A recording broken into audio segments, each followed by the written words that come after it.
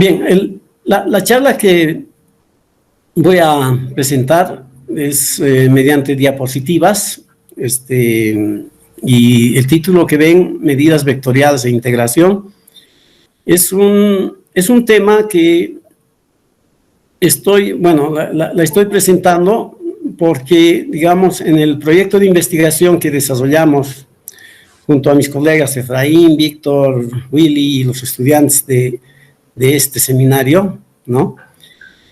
Particularmente, ese seminario se encarga de abrazar, digamos, una rama de la matemática que es la teoría de control. Entonces, como ya es conocido por muchos, particularmente yo trabajo un poco con la teoría de control en espacios de dimensión infinita, ¿no? Entonces, cuando uno desarrolla ese tema, va a encontrarse en algún momento con establecer algunos criterios de controlabilidad, ¿no? Que ya en ciertas ocasiones lo he estado presentando y en algún otro evento voy a poderlo también exponer, ¿no? Entonces, cuando uno quiere explicar los criterios de controlabilidad en dimensión infinita, se tropieza con una falta de conocimiento, ¿no? La falta de conocimiento de una teoría de la medida, pero más general, ¿no? Si nosotros recordamos, en análisis 2, todos hacemos teoría de la medida, ¿no? En el que exponemos las sigma álgebras, el sigma álgebra de Lebesgue, las funciones integrables, etcétera. Pero esas funciones integrables son funciones, ¿no? que van de un espacio de medida en los reales o en los reales extendidos, ¿no? Entonces, uno piensa y dice, ¿qué pasa si en lugar de los reales, y eso siempre ocurre en la teoría matemática, en lugar de los reales ponemos un concepto más general, ¿no? Un espacio de Banach, ¿sí? Un espacio de Banach es completo y tiene propiedades que generalizan a los reales o a los complejos, ¿no? Entonces, ¿y qué tal si ahora hacemos una teoría de la medida con esa clase de funciones? ¿Sí? Entonces, ¿qué resultados tenemos? ¿No? Esa es la poquita historia que les voy a contar hoy día, ¿no? Entonces, empecemos por ver qué es una medida vectorial, ¿no? Y van a ver que los estudiantes o las personas que han leído un poco de teoría de la medida, vamos a hacer más o menos lo mismo, ¿sí? Entonces, en toda la presentación, este X mayúscula siempre va a representar un espacio de Banach. De hecho, también sobre los reales o los complejos, esta F va a representar siempre los reales o los complejos solamente, ¿no? Entonces, va a ser un espacio de Banach sobre los reales o los complejos, y F va a ser un álgebra en un conjunto omega, ¿no? Es decir, un conjunto, ¿no? Que tenga al vacío, ¿no? Que tenga la propiedad de que si tomamos un elemento de aquí, su complemento también esté aquí, y además tenga la propiedad de que si tomamos dos elementos de aquí, la unión está aquí, ¿no? Ese es un álgebra, ¿no? Entonces, ese es un recuerdo. Bien, entonces, como les decía, en teoría de la medida hemos definido una medida, y ahora le vamos a llamar escalar, que era una función de un conjunto que es un álgebra en los reales, pero ahora en vez de los reales voy a sustituir un espacio de Banach, ¿sí? Esa es la necesidad que yo tengo para la teoría que estoy desarrollando, ¿no? Entonces vamos a decir que una función de un álgebra a un espacio es una medida vectorial y aditiva finita si verifica esta propiedad, ¿no? Si la imagen de la unión disjunta de dos conjuntos es la suma de imágenes, ¿no? De hecho, esta suma ahora, ¿no?, es la suma del espacio vectorial X. Eso hay que tener en cuenta desde el principio. Bien, pero hay la necesidad de exigir más, ¿no? La medida vectorial, ¿sí? Vamos además a necesitar que sea aditiva contable, ¿no? De hecho, esto es solamente hasta el momento un álgebra, ¿no? Entonces, en el futuro vamos a desarrollar nuestra teoría para F, un sigma álgebra, que es más que un álgebra, ¿no? Entonces, si tenemos la condición de que nuestro álgebra alberga la unión numerable, entonces quisiéramos que esto pase. Si eso pasa, la medida vectorial esta, ¿no?, se va a llamar aditiva contable, ¿sí? Entonces, este es que la imagen de la unión numerable disjunta, ¿sí?, sea la suma de las imágenes, es decir, la serie esta. Y ahora aquí cuando enfatizo en la topología norma de X, hay que tener en cuenta de que esta es una serie en el espacio de Banach X, ¿no? Y generalmente en la práctica solamente vamos a pedir que esta sea absolutamente convergente. Y en un espacio de Banach eso implica de que este sea convergente. Entonces aquí la convergencia es utilizando la topología que procede de la norma del espacio X. Bien, entonces hemos mostrado cuando una función de un álgebra en un espacio de Banach es una medida vectorial. Entonces, en sus casos, aditiva finita y aditiva contable.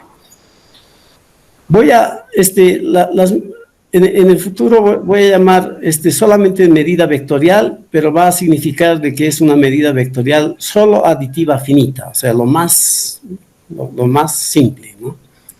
Y generalmente siempre le vamos a exigir esto, ¿no? Veamos un par de ejemplos, así de manera rápida, ¿no?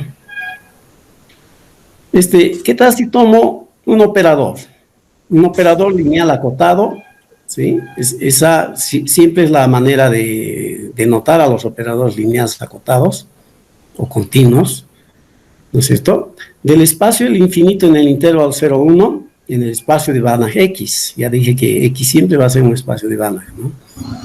Y nuestro álgebra va a ser la clase de subconjuntos de aquí, de tal modo que esté en el sigma álgebra de Lebesgue. L va a denotar siempre el sigma álgebra de Lebesgue, ¿sí? Entonces, definimos esta función de esta álgebra en el espacio X, nada más a cada conjunto E le llevamos a T de la función característica en E, ¿no? Entonces, rápidamente se puede ver de que si tomamos dos conjuntos disjuntos, ¿no?, la imagen de ella, por definición, va a ser esta, y como estos son disjuntos, el chi, la función característica en la unión, es igual a la suma, y como T es un operador lineal, entonces aquí utilizamos la linealidad de T, y entonces tenemos que esta función que acabamos de definir es efectivamente una medida vectorial aditiva finita, ¿no? Se pueden exponer ejemplos muy elaborados o si quieren contraejemplos, ¿no? O se puede mostrar en este caso en particular de que no es aditiva contable, ¿no? Se pueden construir, digamos, funciones características muy especiales para mostrar de que esta no es aditiva contable, ¿no? O sea, esta es una medida vectorial estrictamente aditiva finita. Entonces, aquí el detalle ha sido que he tomado un operador y sigma álgebra. Para el siguiente ejemplo voy a utilizar lo mismo, exactamente lo mismo. La única diferencia es que voy a cambiar el L infinito por L1. Y veamos el ejemplo 2, ¿sí? Entonces, tomo un operador lineal acotado de L1 en X y mi álgebra va a seguir siendo el que estaba expuesto antes. Y miren, la definición también es la misma, ¿no? Solo que en los detalles hay que ver si esto realmente funciona para L1, en el anterior clase, en el anterior ejemplo funcionaba para el infinito y todas esas cosas, ¿no? Entonces, rápidamente, casi de la misma manera se puede probar que esta es aditiva finita, es una medida vectorial aditiva finita, ¿no? Pero esta propiedad, o sea, para este operador, el hecho de que ahora estemos tomando L1 en particular, hace que esta propiedad sea posible, ¿no? Es decir, la imagen de E bajo F, que es esta, ¿no es cierto?, en la norma del espacio de Banach, ¿sí?, por ser T un operador acotado, es menor o igual que esta. Y aquí aplicamos, ¿no?, la definición de la norma, o sea, este sería el módulo del chi de E en el espacio L1, y entonces eso es menor o igual que la medida de E, ¿no? Y esta propiedad, pues, se puede utilizar para mostrar lo siguiente, de que si yo tomo una sucesión disjunta, ¿no es cierto?, en mi álgebra, ¿sí? Bueno, aquí me falta de tal modo que la unión, ¿no es cierto?, se puede ver que la unión también está en el álgebra. Entonces quisiera ver que es aditiva o contable. Y para eso calculo esta diferencia de todo este límite, cuando m tiende a infinito. Si yo logro que este límite es 0, entonces yo voy a tener que f de esta unión va a ser igual a la serie desde 1 hasta infinito de las imágenes, y eso me va a decir que la medida vectorial es aditiva contable además. Entonces, eso es fácil de corroborar, ¿no? O sea, aquí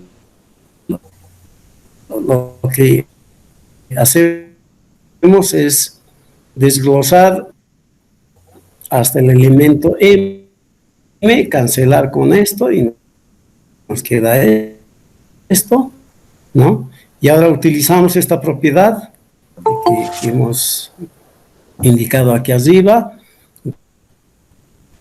tiende a 0, y entonces logramos que esto tiende a 0 y concluimos de que esta es una medida vectorial contable aditiva, ¿no? Entonces, el cambiar de L infinito a L1 ya hace que este sea una medida vectorial. Entonces, se han dado cuenta de que lo único que estoy haciendo es como que hablar nuevamente de una medida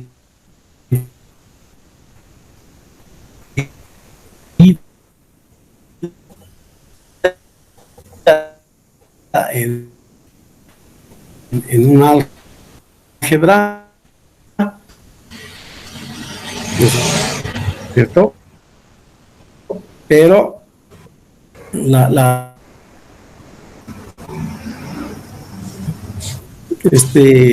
algunas definiciones complementarias. Entonces, como dije, siempre va a denotar por el momento un espacio de Banach, y supongan que yo tengo esta, que es una medida vectorial. Y cuando solamente digo medida vectorial, estoy asumiendo que es una medida vectorial finita, aditiva finita, solamente eso, ¿no? O sea, cada vez que diga medida vectorial significa que es una medida vectorial finita aditiva. Bien, entonces, si tengo una medida vectorial, defino su variación como esta función que voy a denotar como si fuese con valor absoluto. Y va a ir del álgebra en los reales extendidos, y a cada elemento de este álgebra le va a asignar el supremo de esta suma finita, ¿no? Esta suma es de f de a con la norma de x, cuando a varía en pi, y pi es una variación, una partición finita cualquiera del conjunto E, ¿no? Y esa partición se lo hace en términos de los elementos del álgebra, 2 a 2 disjuntos. Entonces toma el supremo y así se define la variación de esta medida vectorial. Y otra vez, ¿no? Bueno, ¿y cuándo vamos a decir que una medida vectorial es de variación acotada? si la imagen bajo esta función de omega que está aquí es finita, ¿no? Bien. También definimos la semivariación de una medida vectorial, ¿no? La semivariación... Miguel, ¿no? Tu pantalla ha dejado de... ¿Sí? Tu pantalla, por lo menos en mi computador, dejó de aparecer. A ver, voy a revisar nuevamente. He leído un mensaje de que alguien ha compartido su ventana y desapareció el mío. No sé si... A ver, otra vez. ¿Ahora? ¿Se ve? Sí, ¿verdad? Sí, ahora se ve, Miguel. Bien. Ya. Entonces, medida vectorial, semivariación, que vamos a denotar así. Bueno, aquí puede que las notaciones compliquen, pero se supone que esto es una medida vectorial y va a ser la función que a cada elemento de acá le asigna el supremo, ¿no? De, aquí hay que tener en cuenta, f, ¿no? F va del álgebra en X, y estos X estrellas van a ser elementos del dual del espacio de Banach. Entonces, si esos X estrellas parten de X en F, componemos, esto es por si acaso composición, ¿no? Y esa composición es fácil de ver que es una medida vectorial escalar, ¿sí? Y por lo tanto podemos hablar de esa medida vectorial escalar también de su variación en este sentido, ¿no? Entonces, esta es la variación de esa medida escalar, ¿sí? Entonces, la semivariación de esta está definida de esta manera, y si la imagen de esto, de todo el omega es finito, vamos a decir que el F es de semivariación acotada, ¿no? Entonces, esas son las definiciones iniciales que necesito. Pues se puede ver que si tenemos una medida vectorial, ¿no? F, entonces su variación es monótona y aditiva finita en general, y su semivariación es monótona y subaditiva, ¿sí? Además, la relación entre la semivariación y la variación está dada por esta desigualdad para cualquier elemento del álgebra, ¿sí? Bien. Un detalle que también es bueno para muchas partes de lo que sigue es que es este resultado, ¿no? Si nosotros tenemos una medida vectorial, ¿no?, que es de variación acotada, entonces podemos tener esta equivalencia, ¿sí? O sea, yo puedo establecer de que esa medida vectorial es aditiva contable, porque recuerden, estamos diciendo una medida vectorial quiere decir que es una medida vectorial aditiva finita, ¿no? Y va a pasar a ser aditiva contable si L es de variación acotada y además su variación es aditiva contable, ¿no? O sea, la ventaja aquí en cuestiones técnicas es que, que esta ya va, recuerden, la variación va del álgebra en los escalares, ¿no? Entonces, mucha teoría, digamos, de lo que hemos estudiado en teoría de la medida sirve, ¿no? Entonces, ese es el objetivo de este resultado. Bien. Y finalmente vamos a decir que una medida vectorial de semivariación acotada, o sea, si una medida vectorial es de semivariación acotada, vamos a llamarle medida vectorial acotada. Tiene su justificación y todo eso, porque llamamos así, ¿no? O sea, tenemos una medida vectorial y si es de semivariación acotada, entonces a ese le vamos a llamar medida vectorial acotada, ¿sí? Pasemos entonces con ese poco de definiciones de un álgebra, de una medida vectorial, ¿no? Y lo relacionado con esa medida vectorial, ¿cómo podemos abordar ahora la integración en este contexto más general, ¿no? Entonces yo tengo nuevamente un álgebra en un conjunto omega, ¿no? esta va a ser una medida vectorial acotada en el sentido que acabo de definir, ¿no es cierto? Entonces, yo quisiera ahora tomar una función medible, una función escalar medible, ¿no? Y preguntarme, ¿podré hacer la integración de esa función medible, ¿no? Con respecto a una medida vectorial? Porque en teoría de la medida hacemos la integración de una función medible con respecto a una medida escalar, ¿no? Entonces, esta es la manera como yo abordaría, ¿no? Este es un inicio de las ideas que aparecen aquí, ¿no? Entonces vamos a llamar S de omega a todas las funciones simples, es decir, funciones que se pueden escribir de esta manera, ¿no es cierto? Donde los alfas son escalares, pero no cero, finito, y estos conjuntos, donde aquí la función característica son conjuntos disjuntos en el álgebra, ¿sí? Entonces yo puedo coleccionar las funciones simples, ¿sí? Y podemos ver que este es un espacio vectorial, ¿no? Y es más, es un espacio vectorial normado y con esta norma, ¿sí? O sea, la clase de funciones simples que aquí presentamos, dotado de esta norma, se puede ver que es un espacio normado. Entonces, si es un espacio normado, yo puedo definir esta función de este espacio normado en este espacio de Banach, ¿no? De la siguiente manera, a cada función simple le asigno esta suma. Y alguien que notó, pues lo único que estoy haciendo como que estoy definiendo la integral de una función simple, ¿no? ¿Sí? Es, digamos, las medidas de sus bases por las alturas, ¿no? En este caso, en el contexto de un álgebra, etcétera, ¿no? Y entonces, esta función que estamos definiendo, pues se puede probar que es lineal, ¿no? Y por algunas propiedades más o menos bien técnicas, ¿no? Se puede probar esta desigualdad, ¿sí? Se puede probar esta desigualdad, pero esta desigualdad es interesante porque nos dice que este operador lineal, ¿no? Es acotado, ¿sí?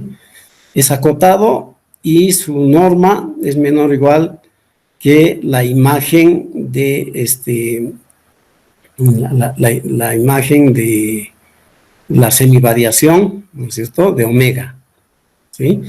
Por eso necesitamos darle la condición a que sea una medida vectorial acotada. Bien, entonces, esta función es una función lineal acotada, y entonces, ¿qué nos dice nuestra experiencia en análisis? Pues que podemos extender este operador a otro operador lineal, pero a un conjunto más grande, ¿no? De las funciones simples, ¿sí? Entonces, como este era un operador lineal acotado de las funciones simples en el espacio de Banach X, tiene una única extensión a que va a ser el espacio de todas las funciones de omega en los reales o los complejos, que es un límite uniforme de funciones simples, ¿no? Y entonces a esa extensión le puedo seguir llamando TF, ¿sí? Todo lo que hemos hecho hasta el momento era trabajo generalmente en un álgebra, ¿no? Entonces, más tarde vamos a necesitar de que sea un sigma álgebra, ¿no? Si nuestra F es un sigma álgebra, esta que es extensión de las funciones simples, ¿no?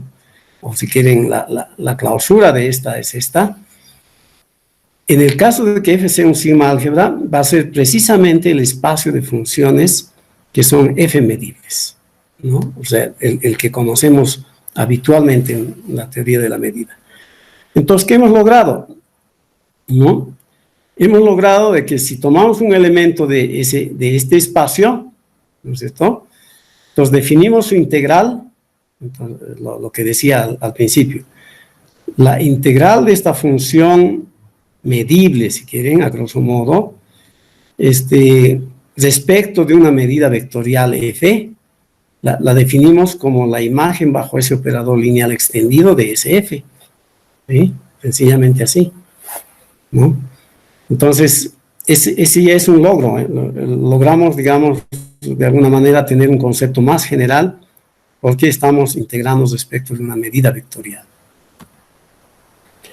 Bien, y esta propiedad, pues, siempre la necesitamos, ¿no? Para esta integral que acabamos de definir, ¿no? Pues resulta que la norma es menor o igual que la norma del supremo, ¿no es cierto?, de la función esta, ¿sí?, por la imagen bajo la función semivariación en omega, ¿no? Es una propiedad para el futuro muy útil, ¿no? Bien, entonces, ahora queremos más, ¿no? Queremos más. Lo ideal sería tener una función, digamos, medible, f, pero ya no de este tipo. Miren, aquí nuestra función f va de omega en los escalares. Y como dije, ahora voy a cambiar el f nuevamente por el espacio de Banach, ¿sí? Y quisiera también integrar respecto de una medida vectorial, ¿sí? Bueno, no voy a llegar a eso, ¿no? Es un grado de generalidad mucho, pero lo que sí voy a hacer ahora es lo siguiente, ¿no? Miren esto como si fuese una integral de una función escalar respecto de una medida vectorial. Ahora lo que voy a hacer es a la inversa. Voy a tomar una función medible, no escalar, es decir, vectorial, pero voy a integrar respecto de una medida escalar, ¿sí? Bien. Entonces pasemos a ese concepto que le voy a llamar integración. Entonces voy a seguir insistiendo aquí, ¿no? Este es un espacio de medida, en general voy a tomar finita para muchas propiedades.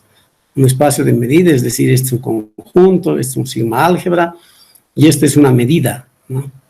Entonces tenemos un espacio de medida y vamos a pedir que sea finita, es decir, la medida de omega es finito. Y X va a seguir siendo un espacio de Banach sobre los reales o los complejos, ¿sí? Entonces, esa notación la voy a seguir manteniendo. Como decía, ¿no? Ahora queremos esta clase de funciones, que vaya del espacio de medida en el espacio de Banach y imitando lo que teníamos, ¿no? Va a ser una función simple si hay vectores en el espacio de Banach y elementos en el sigma álgebra que f es de este tipo, ¿no? O en resumen, una función de este tipo va a ser simple si toma un número finito de valores, ¿sí? Esa es una función simple. Ahí no hay nada nuevo, lo nuevo es simplemente que se toman estos vectores, ¿sí? Y listo. Bien, entonces voy a poner aquí un prefijo, ¿no? Una función de este tipo, del espacio de medida en el espacio de Banach, voy a llamarlo fuertemente medible, o fuertemente mu medible, ¿no? Tomando en cuenta la medida esta.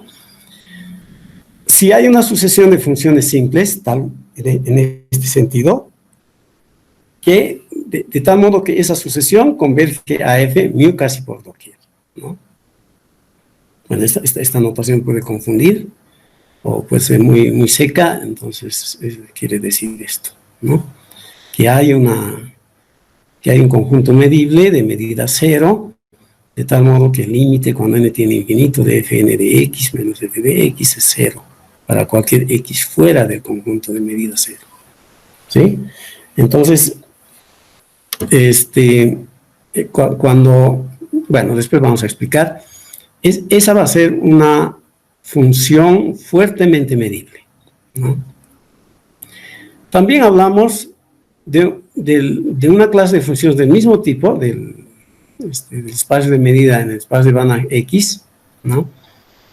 Débilmente medible, ¿no? Va a ser débilmente medible si la composición de SF con los funcionales lineales en el dual de X, si la composición esta, que ya es una función escalar, es medible en el sentido clásico, ¿sí? Entonces aquí hay esta componente, ¿no? que ingresa, ¿no? Cuando teníamos funciones digamos, escalares, pues, eso, aquí, si K fuese los escalares, o si X fuese escalares, los conceptos de fuerte y débilmente colapsan, ¿no? Entonces no hay nada nuevo. En este caso sí, ¿ya? Entonces distingo esos dos tipos. Podemos seguir hablando de más funciones de tipo medible, ¿no? Uno puede generalizar y decir esto, ¿no? Esta función, si yo tomo una parte del dual de X, entonces esta función va a ser gamma medible, si, como antes, esto es medible en el sentido clásico para cada funcional que esté aquí, ¿no? Entonces, ¿eso para qué sirve, no? Pues sirve de que si yo tomo ahora, en lugar de X, el dual de X, que sigue siendo un espacio de Banach, voy a decir que es débil estrella medible, ¿no? Si esta composición es medible en el sentido clásico para todos los elementos de este conjunto. ¿Y quién es este conjunto? Es la imagen de X, ¿no es cierto?, en el bit dual bajo la aplicación canónica que conocemos, ¿sí? Entonces, en ese sentido, esta es débil estrella medible, ¿no?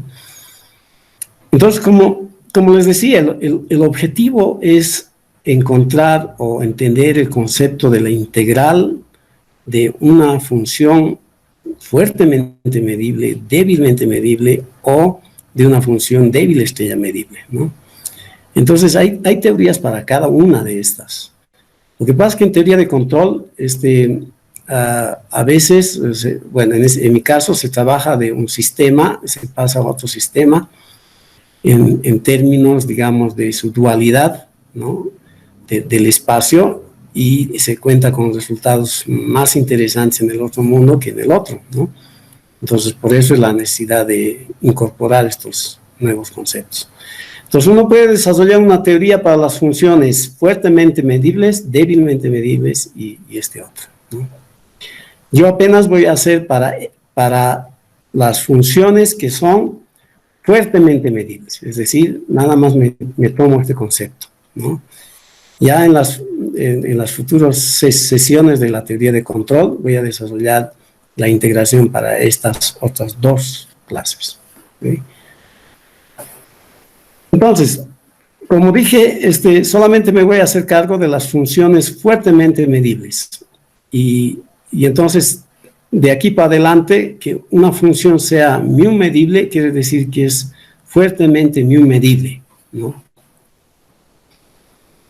Entonces, suma, producto por un escalar, límites puntuales o límites casi por doquier, ¿no?, de funciones fuertemente mu medibles, son funciones fuertemente mu medibles, ¿no? O sea, eso es fácil de verificar, es como dicen, un ejercicio, ¿sí? Porque es rutina, ¿no? Es cuestión de solamente tener en cuenta las operaciones del espacio de Banach, etc., ¿sí?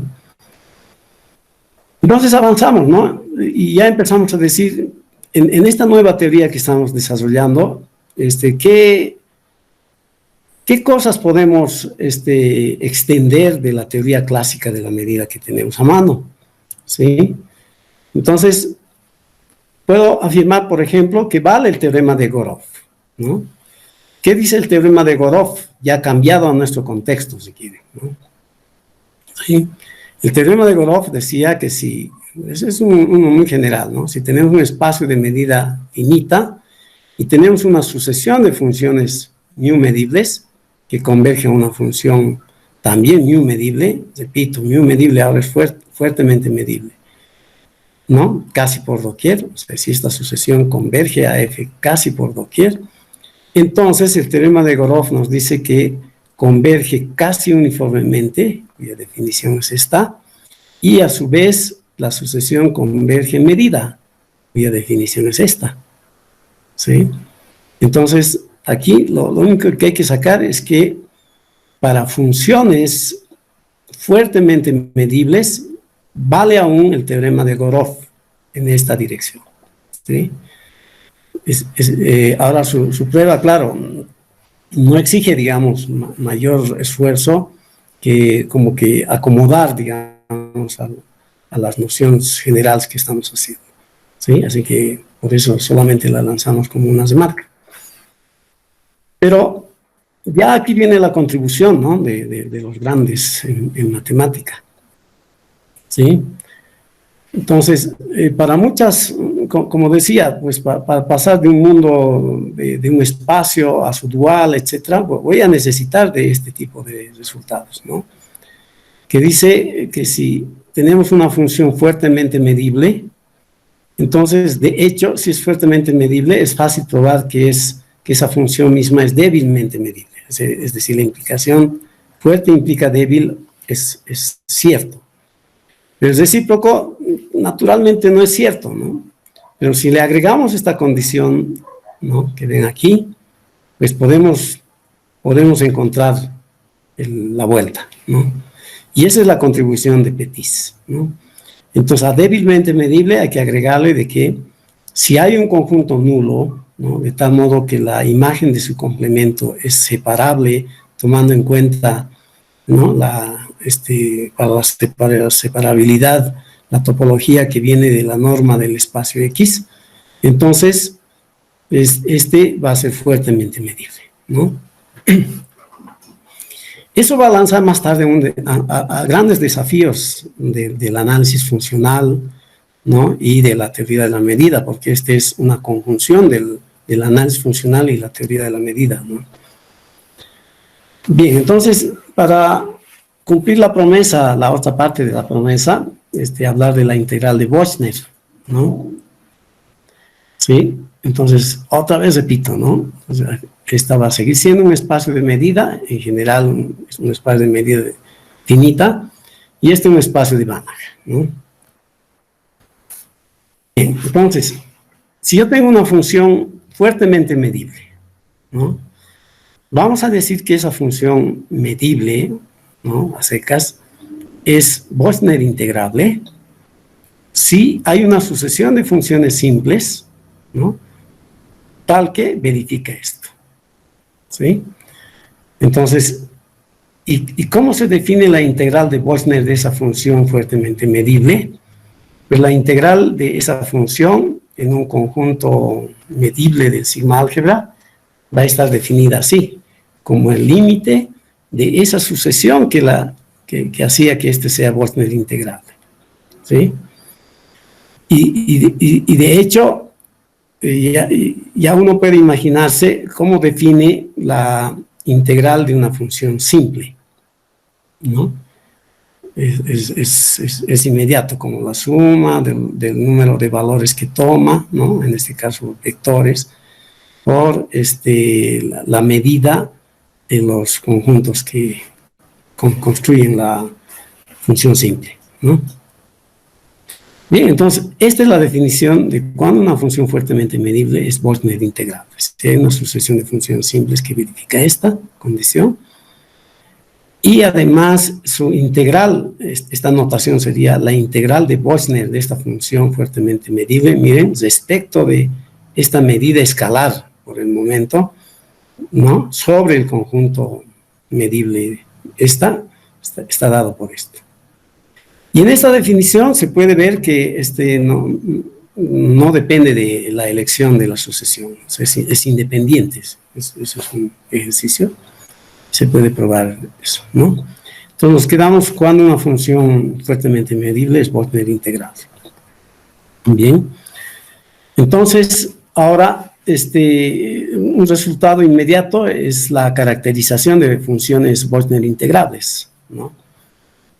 Entonces tenemos una función fuertemente medible, se dice que es Bochner integrable si esta integral, ¿no es cierto?, esta sería la norma, ¿no?, la norma de f, es decir, esta función sería la función de omega en los reales no negativos, que a cada omega de omega le lleva el módulo de f de omega, ¿no?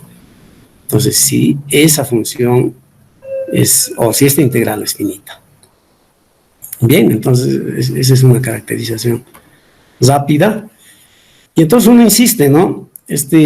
A ver, sigamos con otros resultados de la teoría de la medida. Para las funciones Boltzmann integrables, vale el teorema de la convergencia dominada, y la respuesta es que con ciertos de acomodo sí vale, ¿no? Y vale en este sentido. Supongamos que tenemos una sucesión de funciones Boltzmann integrables, ¿no?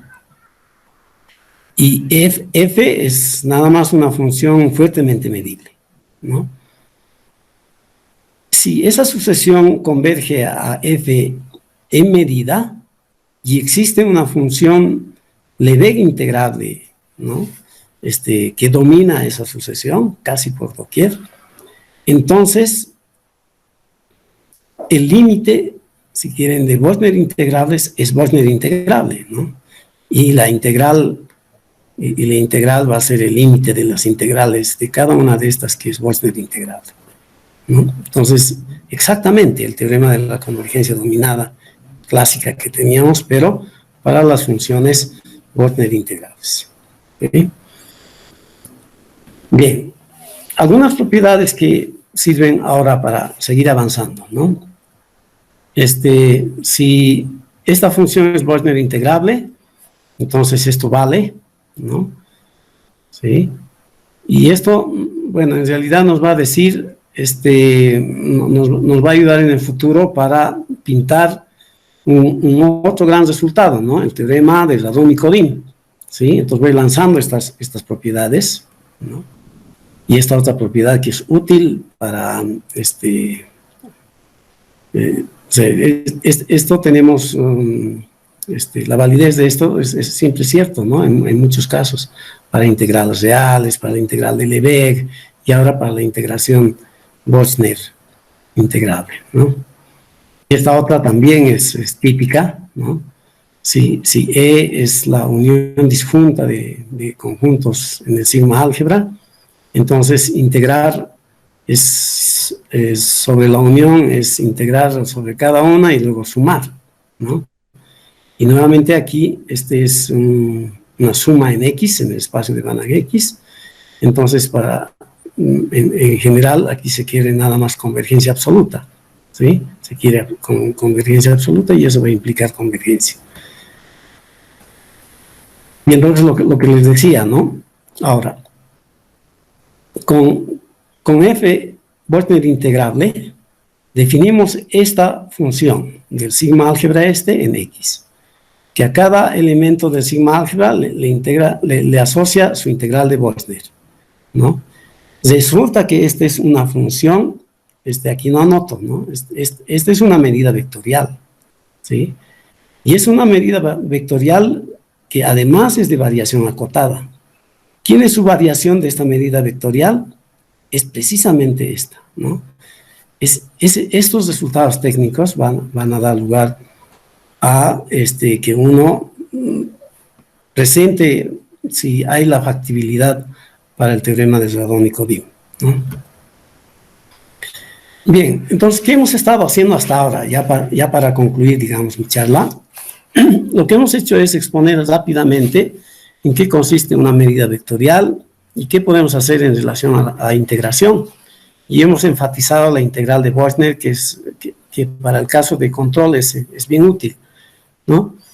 Entonces, y hemos ido lanzando algunos resultados que de alguna manera son análogos a la teoría clásica, pero lo que no existe de manera análoga en la teoría clásica, tal como estoy indicando aquí, ¿no? El que no se puede, digamos, o que no tiene su análogo en la integración de Lebesgue clásica que conocemos, es el resultado del teorema de Heil. ¿Qué dice este resultado, no?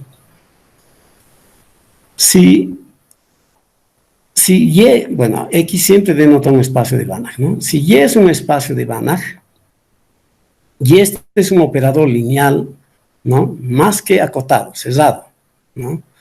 Si este es un operador lineal cerrado, y F, bueno, aquí, sí, F, ¿no? Y la composición esta de F con T son ambos Bochner integrables, ¿no? Con todos esos requisitos.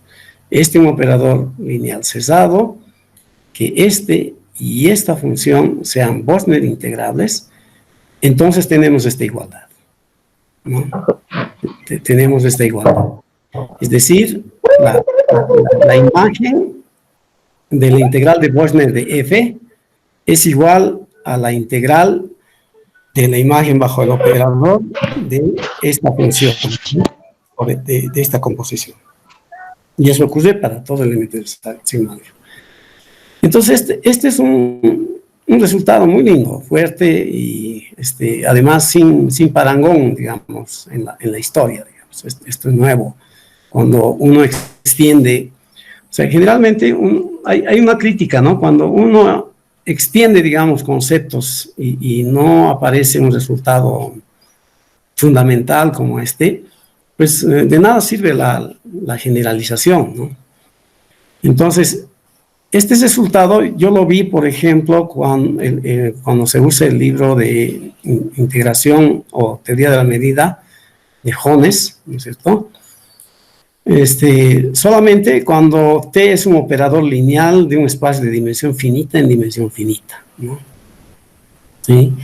Y más tarde lo vi para un operador acotado, ¿no? Con algún esfuerzo, etc. Pero esto es más general, ¿no? Este es para un operador lineal cesado.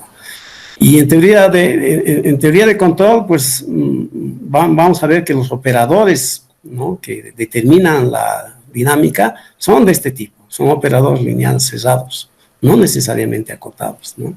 Ya les hablé de eso en exposiciones anteriores. Bien, entonces, así rápidamente, una otra propiedad que podría haber establecido para funciones Bochner integrables es que si estos son iguales para cada elemento, entonces estos son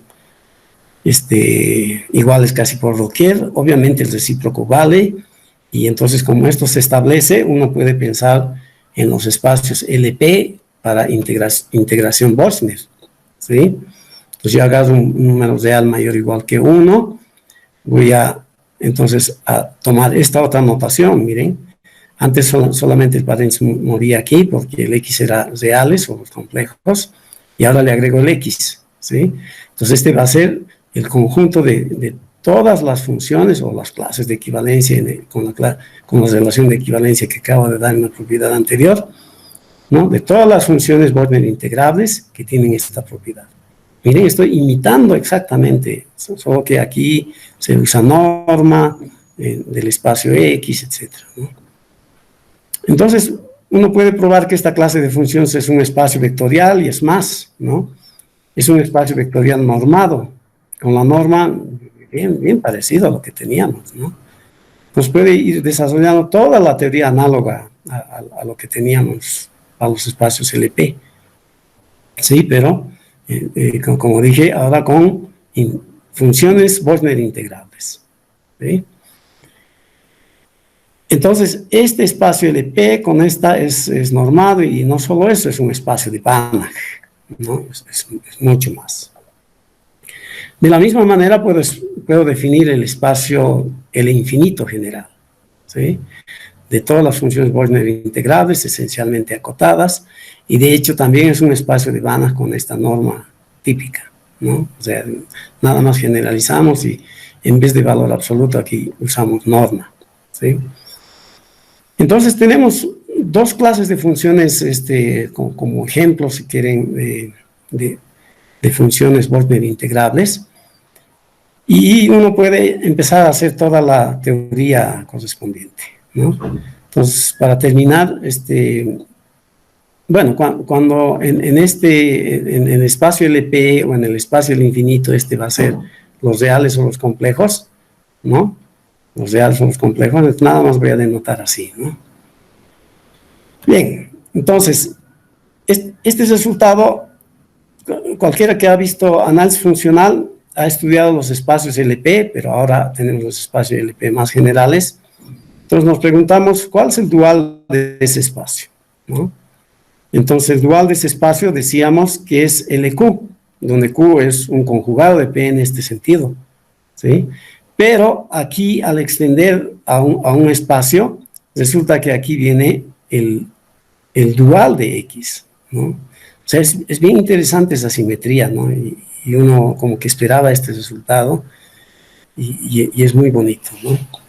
Entonces, esos son esa es la teoría que se está desarrollando en este seminario y por mi persona, y voy así, ¿no? Ahora, ¿qué es lo que pinta el futuro, no? Uno dice, puedo hacer exactamente lo mismo para funciones en lugar de, es decir, yo puedo definir un concepto como Boltzmann integrable para funciones débilmente medibles, ¿no? Y la respuesta es no, por una parte, ¿no? Entonces hay que hacer otra teoría. Y otra pregunta, ¿no?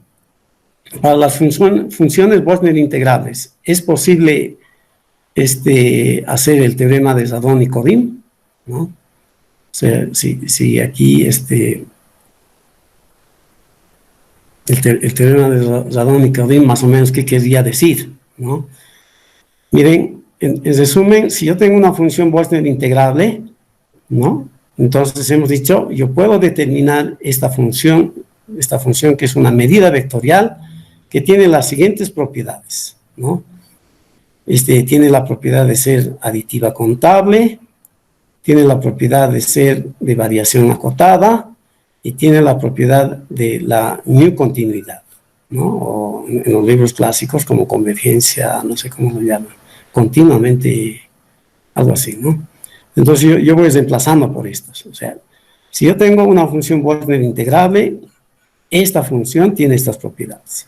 El teorema de Radon y Corin lo que hace es, vale el recíproco, ¿no? Es decir, si yo tengo una función de este tipo, que es vectorialmente medible, ¿no? O que es una medida vectorial que cumple 1, 2 y 3, ¿existe una función Boltzmann integrable para el cual esto vale? Esa es la pregunta, que f de e es igual a la integral de esa función Boltzmann integrable. Y la respuesta en general es no, ¿sí? Sin embargo, si hacemos que esta medida que cumple estas tres propiedades, adicionalmente le decimos que es una de dimensión de rango finito, ¿no es cierto? En ese caso sí, ¿no? Es prácticamente casi así, el teorema de Radon y Corin clásico. Pero en general no es cierto. Y eso da lugar a grandes ramas del análisis funcional y de la teoría de la medida, ¿no? Todos los que, por ejemplo, necesitan hacer teoría de probabilidades en vectoriales, etcétera, ¿no? Entonces, esa parte, bueno, les voy a contar en otra sesión. Si tienen alguna pregunta, Porfirio.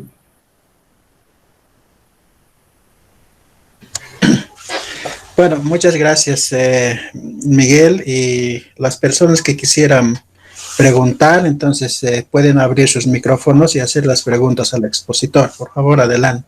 Creo que nadie tiene preguntas. De todas maneras está el correo del expositor en la invitación, entonces pueden hacer las consultas quizá más específicas.